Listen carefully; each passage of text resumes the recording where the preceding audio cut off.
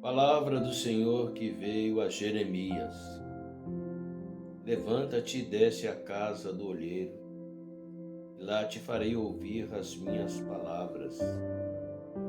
Desci à casa do olheiro e vi que ele estava fazendo a sua obra sobre as rodas. O vaso que ele fazia de barro, porém, se quebrou em sua mão, pelo que o olheiro tornou a fazer dele outro vaso conforme lhe pareceu, bem lhe pareceu. Então veio a mim a palavra do Senhor: não posso fazer de vós como fez este olheiro, ó casa de Israel, diz o Senhor. Como o barro na mão do olheiro, assim sois vós na minha mão, ó casa de Israel. Esse é um texto que está no livro de Jeremias, no início, no capítulo 18, logo no início. Eu vi uma mensagem que, de certa forma, me indignou, cujo título, eu só vi o título e foi o suficiente. Mas o pior é que tem um cunho de verdade no título desta mensagem. Nesses vídeos que nós às vezes vemos no YouTube, existe pregador para tudo enquanto é gosto, e no título testificava o seguinte: a falência do protestantismo. Achei muito forte esse tipo de compreensão. Achei muito forte esse título. Talvez seja mais um caça-clique, o que eles chamam de clickbait, sei lá, algo assim.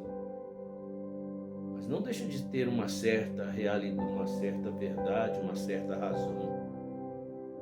Certa feita, eu cheguei até mesmo da igreja. E na época eu pertencia a uma igreja muito, infelizmente o termo doloroso, mas é este, muito sensacionalista, muito barulhenta. E aquele culto do tal do reteté. A grande verdade é que ao chegar à minha casa, como eu fui à geladeira, porque esquentava para esquentar a janta. E quando eu tirei da geladeira uma carne chamada carne de panela, uma pequena panela com carne cozida, eu vi que havia um certo óleo, ou seja, a gordura havia mesclado. Porém, havia um caldo que não havia congelado, melhor dizendo, havia uma gordura um pouco mais densa e havia bastante caldo, algo meio aguado. Tudo que eu sei é que eu coloquei para esquentar, e à medida que o fogo foi esquentando, a gordura, o óleo começou a densidade começou a dissolver. E quando ferveu, ficou tudo homogêneo, tudo da mesma forma, não se distinguia o que era água e o que era a gordura nesse caldo dessa carne de panela. E veio a mim a palavra do Senhor, que a minha igreja está como essa carne de panela, ou seja, na hora do louvor, na hora do culto, muitas vezes aquele sensacionalismo, mas depois há uma diferença tão grande. Não passa de algo aguado como o caldo que havia quando estava na geladeira, frio, gelado. Ou seja, só na hora do louvor que o fervor fazia com que todas as coisas aquecessem. E eu me lembrei disso agora, depois que eu vi esse título. Eu nem quis ver a mensagem, porque achei que ela era um tanto tendenciosa. Mas porque eu disse que há uma certa razão a esse respeito. Eu mesmo tenho um receio muito grande, eu não tenho vergonha nenhuma de dizer que o meu receio é de ser um pedante. Eu não sou tão conhecedor a fundo da teologia, dos meandros da teologia. Não conheço o grego, não conheço o hebraico. Sei da importância, da relevância de um sermão expositivo. Oxalá se eu tivesse chafurdado dentro de um seminário que seja idôneo. Mas a questão aqui não é só essa, porque existem tantos teólogos que conhecem a fundo a teologia, mas apostataram da fé. Num liberalismo terrível, transformam isso aqui em apenas um compêndio de palavra. São filhos do iluminismo, que tentou de todas as formas dirimir a existência ou a deidade de Deus. Paralelo a isso, nós vimos também, infelizmente, o relativismo, onde esses mesmos teólogos que são conhecedores, digamos assim, inventores da pólvora. Outro dia eu vi um, não vou citar o seu nome, no início da minha conversão, eu adorava ouvir as palestras dele. Ele é um homem até hoje extremamente, profundamente conhecedor da teologia, mas tornou-se desconhecido da palavra. Mesmo eu, com todo o meu pedantismo em relação à consciência, ou melhor dizendo, à ciência dele, tenho muito mais consciência da responsabilidade que isto em servir a Deus com temor e com tremor. Eu tenho um poema que fala sobre algo, eu não vou citar nem lembrar dele agora, e ele fala sobre aqueles que são conhecedores ou se dizem conhecedores e os que são pedantes. Muitos que se gigam, dizem super espirituais, cheios de sensacionalismo, mas no entanto estão tão distantes de Deus. Outra vez, novamente, eu me relembro de um outro congresso. Esse é pentecostal.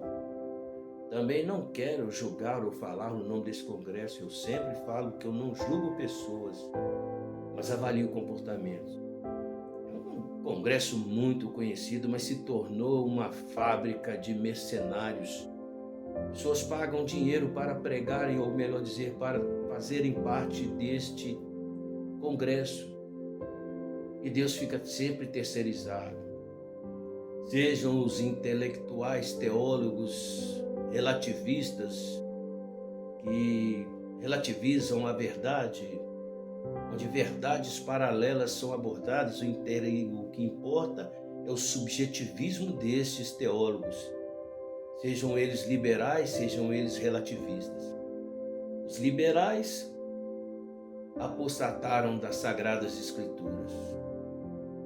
Abjuraram, chego a dizer que abjuraram da fé. Os relativistas fazem da sua razão. Eu tenho uma outra velha máxima comigo que eu afirmo que eu não quero fazer da minha razão a verdade, mas da verdade a minha razão. Como também afirmo que o homem luta por sua razão e por ela morre se preciso for, mas a verdade pertence a Deus. Juntando a isso aí também já se possa se dizer ambos os quesitos, ou seja, tanto os sensacionalistas como os liberais intelectuais abraçam um pragmatismo terrível, onde o fim justificam os meios que estão sendo usados. E existem tantos meios deturpados para validar as heresias, os enganos e tantas outras permissividades, levando a outro conceito tão deturpado, tão pejorativo, que é o conceito humanista, que faz do homem o centro. São canções triunfalistas dos sensacionalistas ou questões que sublevam a alma dos coaches, ou mesmo dos intelectuais liberais. A proposta é uma só: colocar o homem como centro da questão. E Deus fica às margens apenas como um subterfúgio.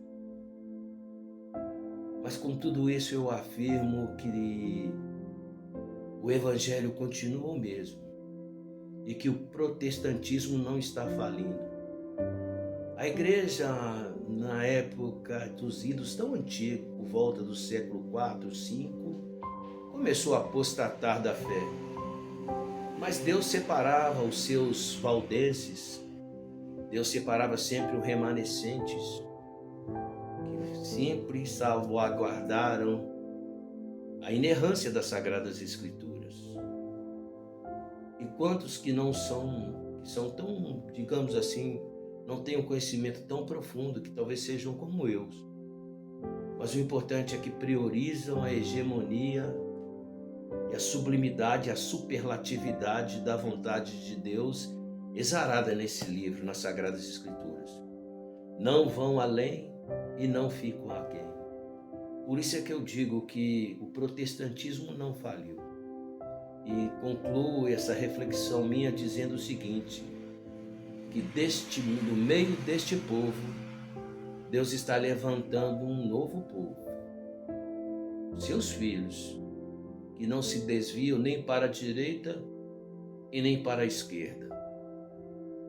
Às vezes eu fico triste de não ter feito um seminário, partes é culpa minha, porque vindo de um berço neoprotestante e depois no meio, vindo de um berço neopentecostal, achava que um anjo viria com uma luz muito grande e uma voz bradando com a bandeja de prata e me daria a excelência sobrenatural, onde sairia fogo das minhas palavras.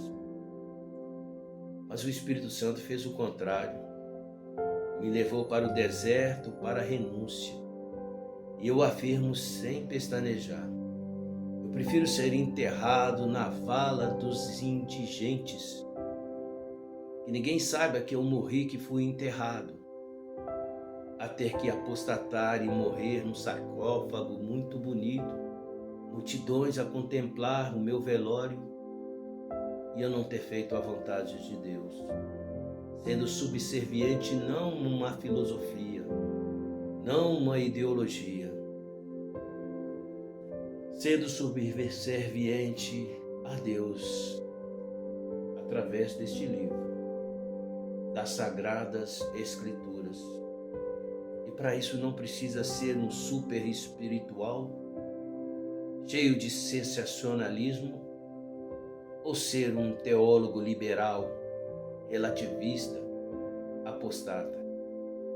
Basta apenas ser um servo que observa o que está escrito aqui e suplica dia e noite para que Deus jamais o deixe no engano. Louvado seja o teu santo e glorioso nome, Deus meu e Rei meu.